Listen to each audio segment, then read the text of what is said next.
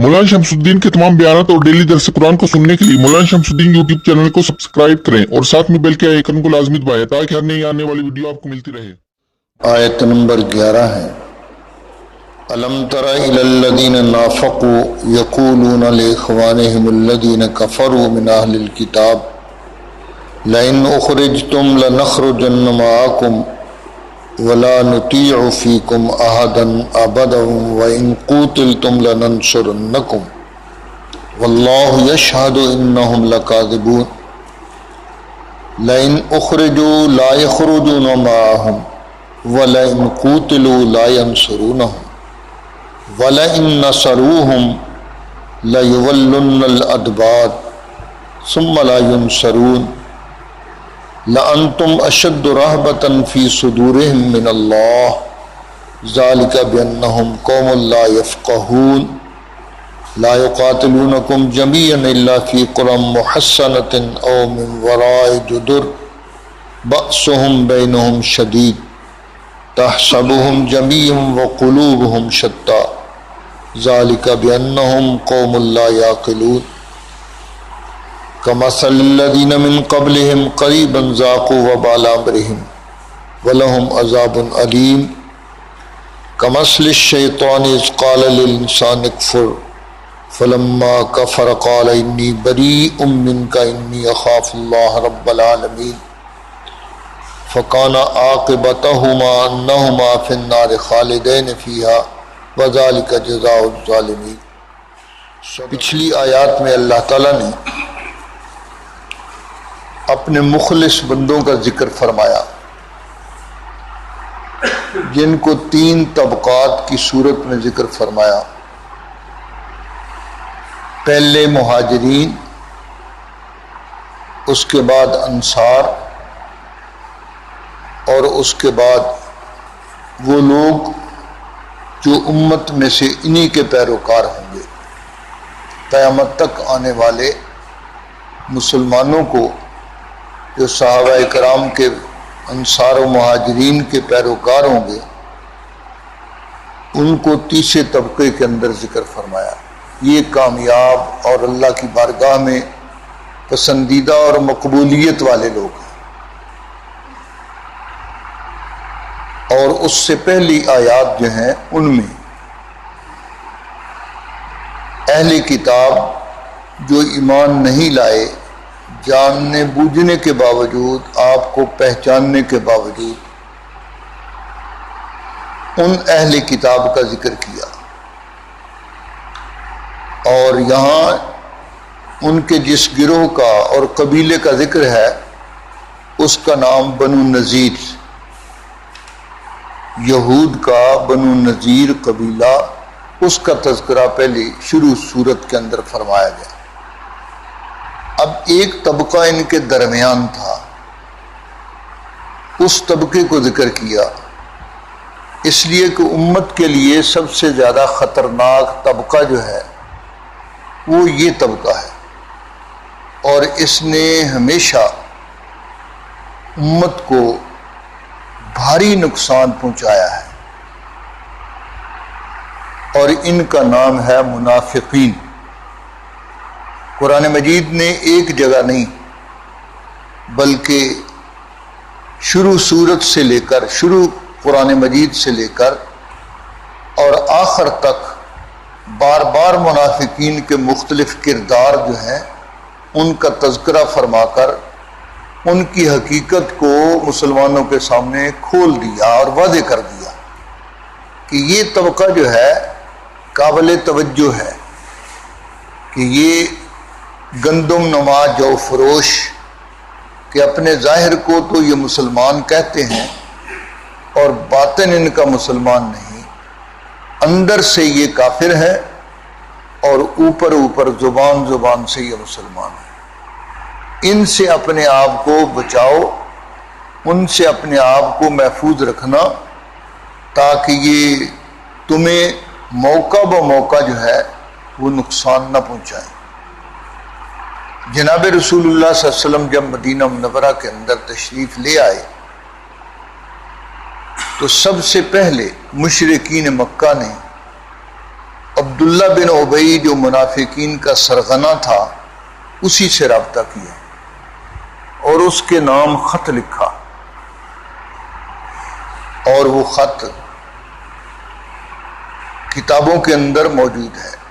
سیرت کی کتابوں میں بعض جو محقق سیرت نگار ہیں انہوں نے وہ خط ذکر کیا ہے۔ اس خط کا حاصل یہ تھا کہ تم نے ہمارے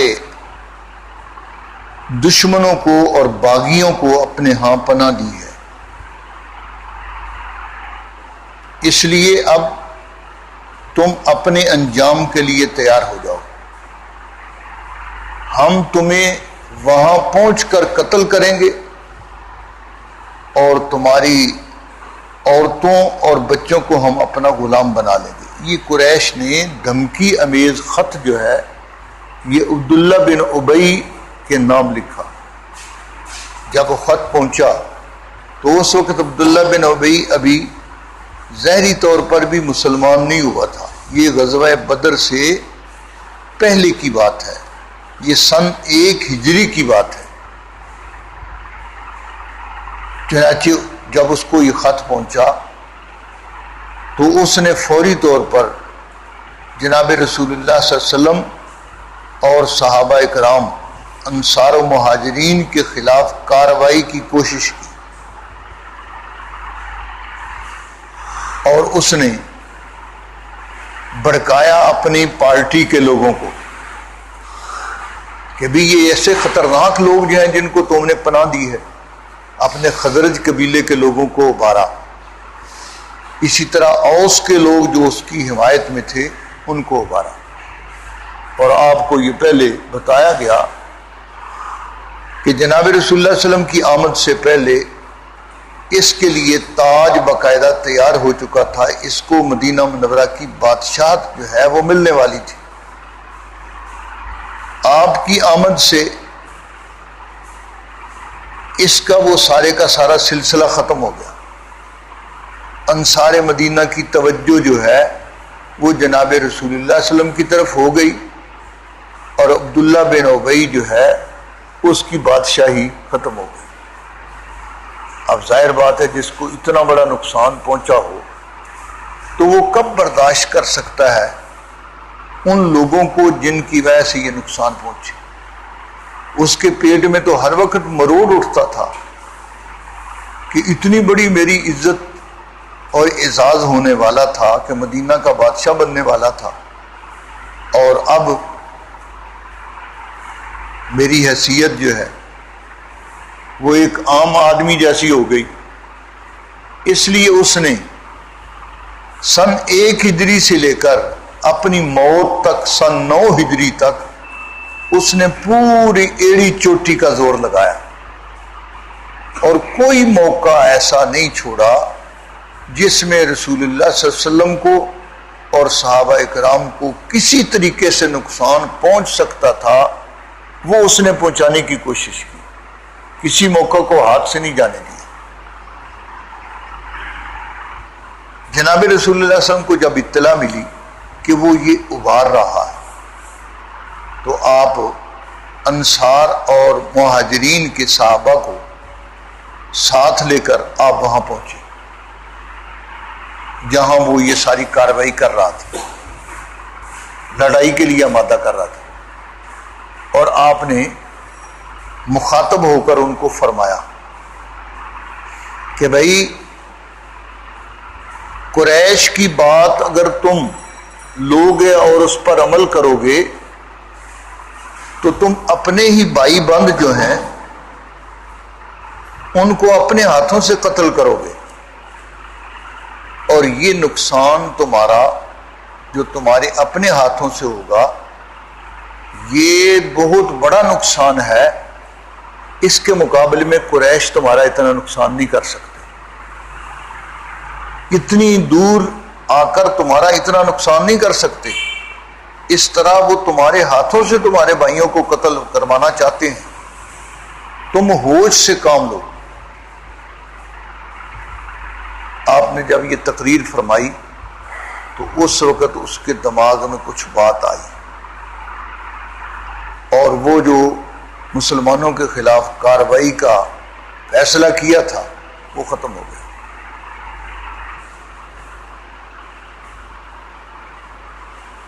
اب اس کے بعد قریش نے کعب بن اشرف جو اسی قبیلے کا سردار تھا جس کا تذکرہ اس صورت میں ہے، قبیلہ بنو نذیر، اس کو لکھا اور اس کو کہا کہ تمہارے قرب و جوار کے اندر ایسے لوگوں نے آ کر پناہ لی ہے جو ہمارے باغی ہیں، تم ان کو وہاں سے نکال دو ورنہ پھر ہم تمہیں مدینہ منورہ سے نکال دیں گے۔ تو کعب بن اشرف جو ہے قریش کی اس دھمکی سے، اب قریش کا قبیلہ جو ہے عرب میں مانا ہوا قبیلہ تھا، ان کی چودراہٹ جو ہے مکہ مکرمہ میں بیت اللہ کی وجہ سے ان کی عظمت وہ مانی جاتی تھی اور ان کو پیر مانا جاتا تھا کہ ان کی طرف سے تو اللہ نے دفاع کیا ہے، اور جناب رسول اللہ علیہ وسلم کی ابھی ان کو پوری پہچان نہیں ہوئی تھی، تو اس لیے کہ یہ تو اللہ کے جلیل القدر پیغمبر ہیں۔ اگرچہ یہودی جو ہے یہ سمجھتے تھے اور آپ کی آمد سے آپ کے اندر وہ نشانات جو پیغمبر آخر الزمان کے تھے وہ سارے نشانات پا لیے انہوں نے، لیکن ان کے ہاں ایک شبہ یہ تھا کہ وہ تو حضرت ہارون کی اولاد میں سے ہونا تھا، وہ جو آخری پیغمبر تھا، حالانکہ یہ غلط بات تھی۔ تورات کے اندر، صحیح تورات کے اندر لکھی ہوئی نشانیاں وہ حضرت اسحاق اور حضرت موسیٰ علیہ السلام ان کو مخاطب کر کے یہی کہا گیا کہ تمہارے چچاداد بھائیوں میں، اب موسیٰ علیہ السلام کے ظاہر بات ہے چچاداد بھائی تو اسماعیل علیہ السلام کی اولاد تھی، نہ یہ کہ حضرت ہارون۔ تو حضرت ہارون جو ہے ان کے بارے میں یہ یہودی جو ہے انہوں نے بہانہ لگایا کہ بھئی وہ تو جو پیغمبر آخری ہے وہ تو ہارون علیہ السلام کی اولاد میں سے ہیں، حالانکہ یہ غلط بات تھی۔ تو بار صورت عرض میں یہ کر رہا تھا کہ منافقین کا ٹولہ جو ہے یہ یا تو ان یہود میں سے جو وقتی طور پر اسلام لائے، اسلام کا دعویٰ کیا، اور پھر مسلمانوں کو جو اسلام لائے تھے اوس اور خزرج میں سے، تو ان کو اسلام سے ہٹانے کے لیے وہ مختلف قسم کے مکر و فریب سے کام لیتے۔ آپ صلی اللہ علیہ وسلم کے پاس آتے، صبح کو ایمان لے آتے، شام کو اعلان کر دیتے یہ دین چنگا کوئی نہیں۔ اب جو کچے لوگ تھے ابھی اسلام کی طرف مائل ہو رہے تھے وہ ان کی مکروہ حرکت کو نہیں سمجھتے تھے، اس لیے وہ اسلام سے بیزار ہو جاتے۔ یہ طریقہ کار بھی بنا رکھا تھا یہودیوں نے کہ ان کو سے پوچھتا کیوں بھی تم نے اسلام کو کیوں چھوڑا ہے؟ وہ جی یہ غلط مذہب ہے، یہ غلط دین ہے، یہ وہ پیغمبر نہیں ہے۔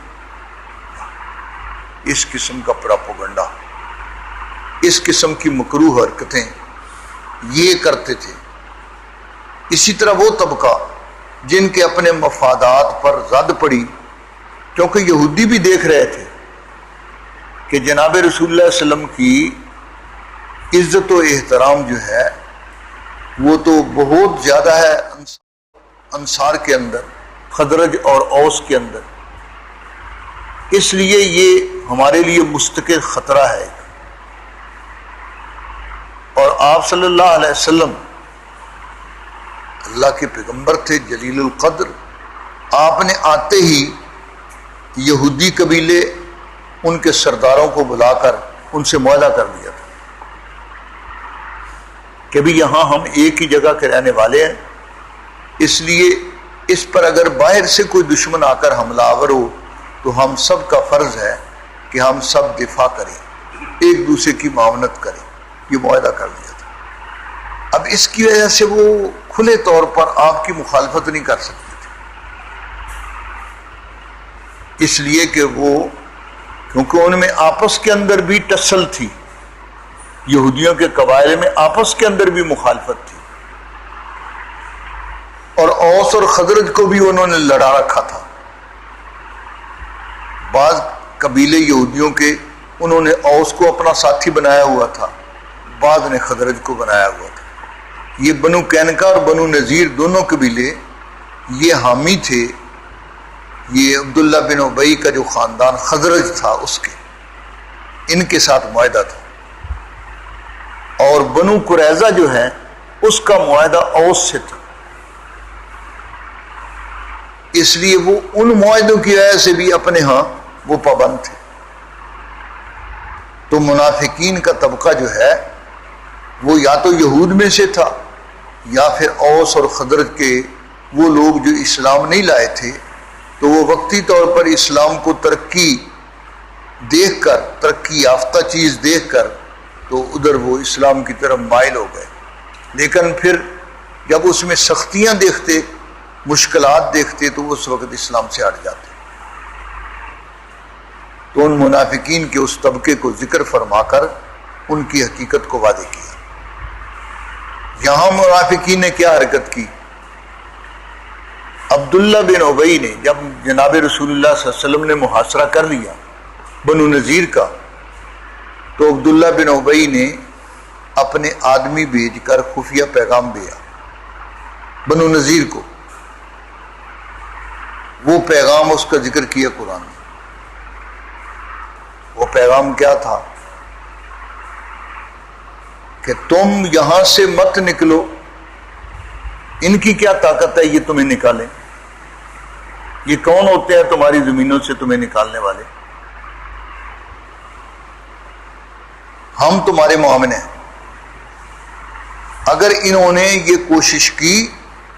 تو ہم تمہارے معاون ہیں، تمہارے ساتھ مل کر ان کے خلاف لڑیں گے۔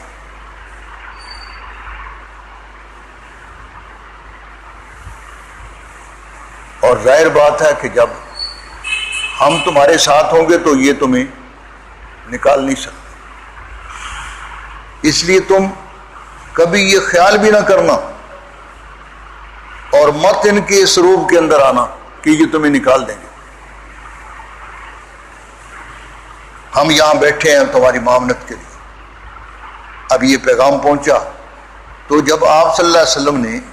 ان کی غداری پہنچی تھی تو آپ صلی اللہ علیہ وسلم نے ان کو 10 دن کی مہلت دی تھی، حضرت محمد بن مسلمہ کے ذریعے ان کے وعدہ کو توڑنے کے متعلق کہ بھی تم نے اپنے معاہدے کو توڑ دیا، اور معاہدے کو توڑنے کی وجہ سے اب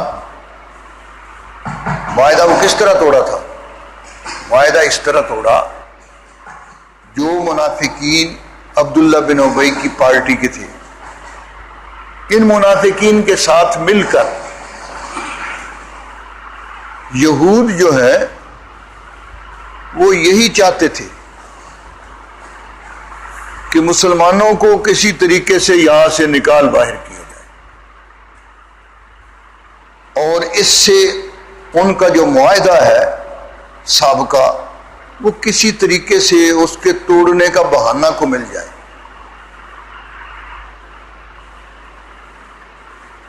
انہوں نے پہلی معاہدے کی خلاف ورزی غزوہ بدر کے بعد کی، بنو قینقاع کا انجام دیکھنے کے باوجود کہ کعب بن اشرف جو ان کا سردار تھا بنو نذیر کا، وہ مکہ مکرمہ گیا 40 سواروں کو ساتھ لے کر، اور وہاں جا کر ان سے معاہدہ کیا۔ اب ظاہر بات ہے مشرکین مکہ سے معاہدہ کرنے کا مطلب یہ تھا کہ رسول اللہ صلی اللہ علیہ وسلم کے ساتھ جو معاہدہ کیا ہے اس کو توڑ دیا ہم نے کھلے طور پر۔ اس کے اس معاہدہ توڑنے کی سزا جناب رسول اللہ صلی اللہ علیہ وسلم جب وہ واپس آیا، آپ کو یہ سارے حالات وحی کے ذریعے جبریل امین نے آ کر بتلائے تو اور یہ کہا کہ اللہ تعالیٰ کا حکم یہ ہے کہ کعب بن اشرف کو اس غداری کے انجام میں اس کو ختم کر دیا جائے۔ تو چنانچہ کعب بن اشرف کو اس کی غداری کی وجہ سے قتل کر دیا گیا۔ آج جب وہ قتل ہو گیا تو بنو نذیر اور بڑک اٹھے اور وہ مسلمانوں کے خلاف کھلے طور پر اب وہ کارروائی کرنے کے لیے بالکل آمادہ تھے۔ تو جناب رسول اللہ صلی اللہ علیہ وسلم کو اطلاع ملی تو آپ صلی اللہ علیہ وسلم فرمایا کہ تم نے معاہدے کو توڑ دیا ہے۔ اب انہوں نے کیا حرکت کی اس کے لیے کہ آپ صلی اللہ علیہ وسلم ان کے لیے دیت لینے کے لیے گئے تھے کہ دیت میں معاونت کرو، دو آدمی ہمارے معاہدے والے وہ قتل ہو گئے غلطی سے، ان کی دیت جو ہے اس میں معاونت کے لیے آپ گئے، تو انہوں نے آپ کے قتل کی سازش کی کہ ایک آدمی کو مقرر کیا کہ یہ قلعے کے اوپر چلے جاؤ، وہاں سے پتھر پھینک دو جہاں آپ بیٹھے ہیں اور پتھر پھینک کر آپ کو شہید کر دو۔ یہ سازش ہے۔ اب ظاہر بات ہے کہ آپ کے قتل کی سازش جو ہے کہ اس سے وہ معاہدہ کہاں رہ گیا جو معاہدہ انہوں نے آپ سے کیا ہوا تھا۔ تو آپ نے جبریل امین نے فوراً آپ کو اطلاع دی، آپ وہاں سے اٹھائے، جو آپ کے ساتھ صحابہ تھے وہ بھی واپس آ گئے اور آپ صلی اللہ علیہ وسلم نے ان کو پیغام بھیج دیا کہ تم نے معاہدہ کو توڑ دیا ہے، اس لیے اب 10 دن کے اندر مدینہ منورہ کو خالی کر دو۔ تو اس پر عبداللہ بن ابی کا یہ پیغام گیا کہ تم خالی مت کرنا، ہم تمہارے ساتھ ہیں، تم قدم بڑھاؤ، ہم تمہارے ساتھ ہیں۔ اب 10 دن گزر گئے، شروع میں انہوں نے کچھ محسوس کیا اور تیاری کی، لیکن جب عبداللہ بن ابی کا یہ پیغام پہنچا تو انہوں نے کہا جی تم ہمارا کچھ نہیں بگاڑ سکتے ہو، آپ کو واپسی پیغام بھیجا، تم ہمارا کچھ نہیں بگاڑ سکتے ہو، جو کرنا ہے کر لو۔ وہاں سلام بن مشکم سمجھدار یہودی تھا، اس نے کہا کہ ایسا مت کرو، آگے بنو قینقاع کا انجام دیکھ چکے ہو، لیکن انہوں نے اس کی نہیں مانی، اور جس کے نتیجے میں پھر 10 دن جب گزر گئے آپ صلی اللہ علیہ وسلم نے صحابہ کو حکم دیا چلو بھائی ان کا محاصرہ کر لو۔ تو 15 دن کے محاصرے کے بعد پھر وہ اس بات پر آمادہ ہو گئے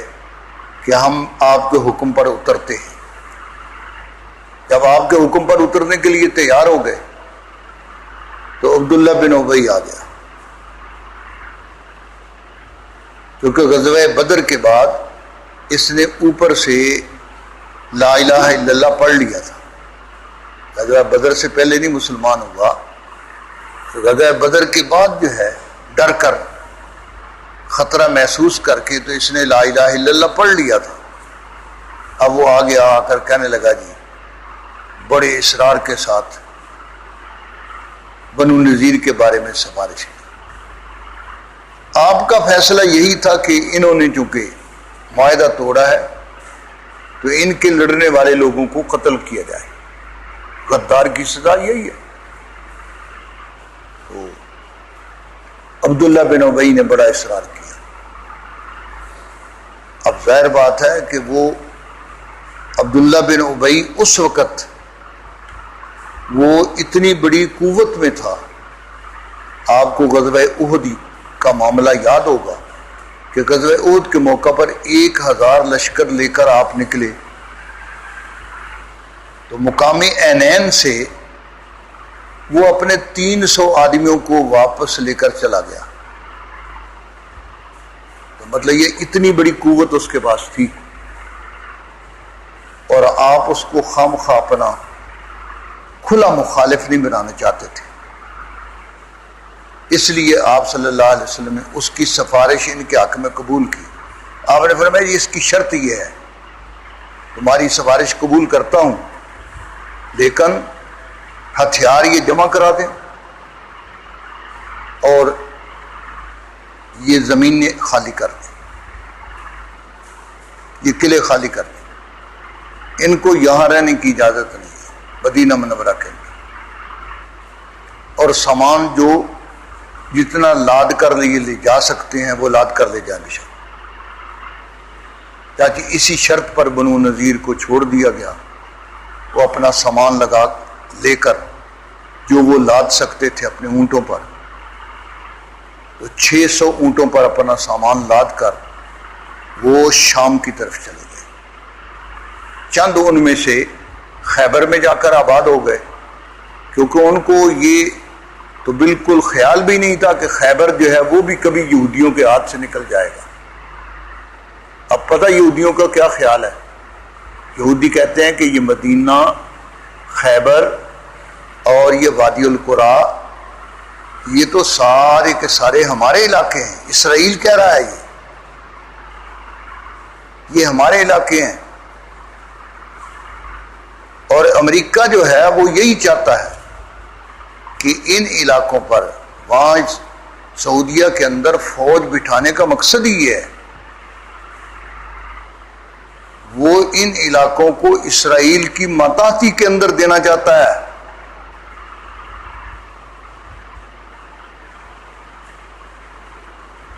انشاءاللہ یہ سازش کامیاب نہیں ہوگی۔ اللہ تعالیٰ نے سرزمین حرمین کو قیامت تک کے لیے یہ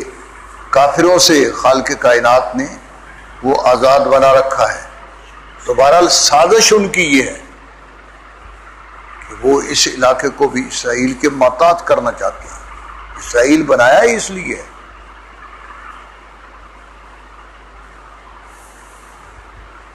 تو چنانچہ ان کا ذکر اللہ تعالیٰ فرما رہے ہیں، الم تر الی الذین نافقوا، کیا آپ نے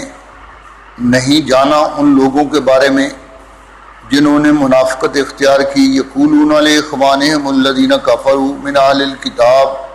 وہ اپنے اہل کتاب کافر بھائیوں کے بارے میں کہتے ہیں، لئن اخرجتم، اگر تم کو نکالا گیا سرزمین مدینہ سے، لنخرجن معکم، تو ضرور بضرور ہم تمہارے ساتھ نکل کر جائیں گے، ولا نطیع فیکم احدا ابدا، اور تمہارے معاملے میں ہم کسی کی بات بھی نہیں مانیں گے۔ یہ صاف طور پر کہا عبداللہ بن ابی نے۔ وَإِن قُوتِلْتُمْ، اور اگر بالفرض تمہارے ساتھ لڑائی کی گئی، لَنَنْصُرَنَّكُمْ، ضرور بضرور ہم تمہاری مدد کریں گے۔ اب خالق کائنات کی طرف سے جواب، وَاللَّهُ يَشْهَدُ إِنَّهُمْ لَكَاذِبُونَ، فرمایا اللہ تعالیٰ اس بات پر گواہ ہیں کہ یہ جھوٹ بول رہے ہیں منافقین۔ لَئِنْ أُخْرِجُوا، فرمایا اگر ان کو نکالا گیا، لا يخرجون معهم، تو یہ منافقین ان کے ساتھ نکل کر نہیں جائیں گے، ولا ان قتلوا، اور اگر ان کے ساتھ قتال کیا گیا، لا ينصرونهم، تو یہ ان کی مدد بھی نہیں کریں گے۔ کہتے یہی ہوا، کیا حضور نے محاصرہ کر لیا تو منافقین مدینہ میں بیٹھے رہے، کوئی ایک منافق بھی نہیں گیا ان کی مدد کے لیے، اور جب ان کو نکالا گیا یہ کھسیانے ہو کر مدینہ میں بیٹھے رہے، ان میں کوئی بھی ان کے ساتھ نہیں گیا۔ وَلَئِن نَصَرُوهُمْ، فرمایا بالفرض ہے مسلمانوں اگر انہوں نے معاورت منافقین نے کی ان کی، لَيُوَلُّنَّ الْأَدْبَارَ، تو یہ تمہارا مقابلہ نہیں کر سکیں گے،